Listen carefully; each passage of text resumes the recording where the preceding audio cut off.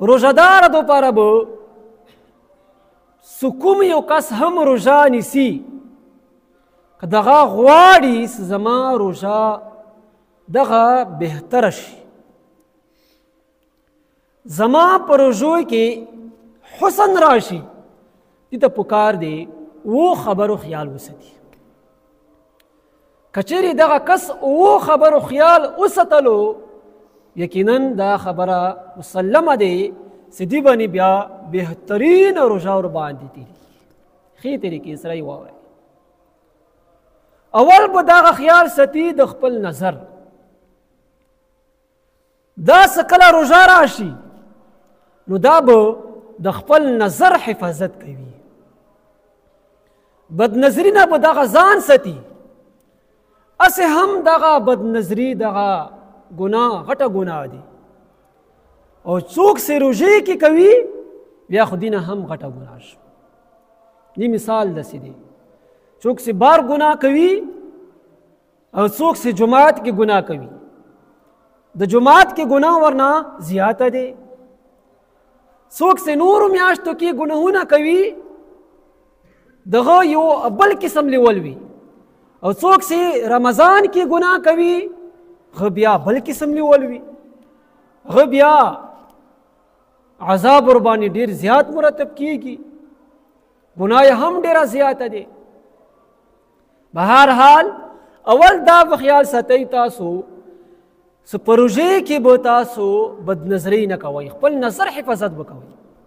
نبی کریم صلی الله علیه وسلم فرمایي چې نظر شیطان د غشو نه یو غشه دی. دې په ذریعې سره شیطان انسان چې کوي ګمراه کوي. نو اول به موږ دا خیال ساتو چې موږ به د خپل نظر حفاظت کوو. خپل نظر حفاظت به ډېر زیات کوو. که موږ موبایل استعمال کوو، موبایل استعمال به هم موږ کم کوو. لکه څه موبایل کې هم څه ته ګورې مغه کې هم تا نه بدنظري کېږي. موږ به دغه عزم کوو چې په روژې کې به دغه موږ نظر حفاظت کوو. دویم دا خبرې به موږ خیال ساتو، دویمې خبرې چې موږ د خپله ژبه به موږ په حفاظت کوو. ژبې سره به موږ غیبت نه کوو، ژبې سره به موږ کنځلې نه کوو، ژبې سره به موږ بل چاته تکلیف نه رسوو. د خپل ژبې حفاظت به موږ کوو. هسې روژې کې خو ډېر زیات په کثرت سره عبادات غیبت کیږي. که ښځې دي که نارینه دي، ښځې خو بیا په کثرت سره کوي. خپل منځ کې کینی ټایم پاس کوو، بس بیا ورباندې غیبت کول شروع شي. یو کس رواني وي بیا کوي غیبت کوي کوي کوي، هغه ټوله روژه خرابه کړي. دغه شان ژبې په ذریعې سره بل چاته مونږ کنځلې ولرو، تکلیف ونه رسوو، چا سره جګړې ونه. حدیث کې راځي چې څوک چې هم تا سره جګړه کوي تو ته وفرمایه انی صائم، زه روژهدار یم، ما روژه نیولې ده، زه جګړې نه کوم چا سره. ته کوي ما نه پکه لاړ شه، انی صائم، زما روژه دی. ما عزتمنو مسلمانانو سړی سوچ وکړي چې په روژې کې په کثرت سره جګړې کېږي. مونږ دا هغه وایي چې په دې باندې روژه ختلې ده، فلانکي کس باندې روژه ختلې ده. روژه ځکه ختلې ده چې ته په ګناهونو کې مبتلا یې، ته ګناهونه کوې، روژه در باندې په سټ شوې ده. دا علما دي سبیر سنه تر اینډ مزدګاره پرې دغه واعظ و نصیحت کوي، دغه خو بالکل نه ستړي کېږي. هغه اوسه پرې دا غنېلي چې مونږ باندې روژه ختلې ده. نو څه کوم کس هم ګناهونه کوي، د روژې آداب نه ساتي، هغه باندې بیا روژه چې کېږي په سټ کېږي. نو دویمه دا هغه دی چې مونږ به خپلې ژبې دا چې کوو محفوظ کوو، او د خپلو ژبو د وجې نه به نورو خلکو ته روژې کې تکلیف نه رسو، نه به غیبت کوو، نه به چغلخوري کوو، نه به ابل چاته تکلیف رسو، نه به کنځلې کوو. دغه ځان سره عهد وکئ چې زما ژبه به دا خیر نه سوا ابل څه دپاره به انشاءالله نه خلاصېږي. خیر به وي بس. دا خو دوه شو. دریم دا هغه دی چې موږ به په روژې کې د خپلو غېږونو حفاظت هم کوو. ګانو بجانو نه به موږ ځان ساتو. واورئ، غیبت کول دا هم سخترینه ګناه دی، اور غیبت اوریدل دا هم سخترینه ګناه دی. څوک چې تا سره کینی غیبت کوي، ته ورته ووایه غیبت مه کوه، روژه مبارکه میاشت دی. که ته غیبت کوي تا نه بیا زه پڅېږم بیا. که ته کنځلې کوي، که ته ردې بدې وایې، که ته بل چا پسې خبرې کوي، ما روژه دی ما پرېږده په خپل حال باندې. ښه خبره وي کوه، که ښه خبره وي نه وي ما سره مه کښېنه. دغه شان په موبایل باندې د ګانو بجانو نه هم موږ ځان محفوظ کړو. ګانې هم موږ نه وو.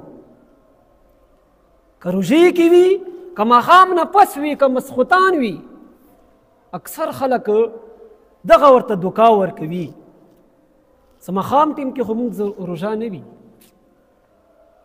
دا خبره بالکل غلطه دی. ټوله روژه میاشت دی. نو درېیمه خبره دا هغه دی چې موږ به څه شی کوو، د غېږونو حفاظت به هم کوو. خپلو غېږونو حفاظت به موږ څه شی کوو، دغه په روژې کې موږ کوو. څلورمه خبره دا هغه دی چې ته خیال ساتې د ژبې او د غېږونو نه علاوه نور اندامونه هم د ګناهونو نه محفوظ ساتل. سترګې دي، سترګو د وجې نه ګناه د نه ونه شي. نور اندامونه دي چې د نورو اندامونو په وجه باندې تا نه ګناه صدیره نه شي. نور اندامونه هم دغه ګناه نه ته محفوظ کا. څلور شي. پنځمې خبرې به دا خیال ساتي عزیزانو، ستاسو به افطري په وخت کې به خوراک نارمل کوئ. افطري په وخت کې به خوراک نارمل کوئ. داسې نه وي چې تاسو ماښام څه بالکل A to Z ته خوراک وکړئ. داسې خوراک وکړئ چې آینده کوم عبادات دي، تراویح دي، نوافل دي، تلاوات دي، هغه ته ونه کړئ، هغه درنه پاتې شي. ځکه چې روژه چې کومه دی دغه نفسي چې کوم خواهشات دي هغه کمزور کوي. که ته چیرې A to Z خوراک وکړې، نفس خو تا بیا برابر کو، نفس خو تا ګناه دپاره تا بیا برابر کو، نفس بیا ګناه کوي. نو پنځم خبرې څه خیال ساتل پکار دی روژې کې روژهدار دپاره.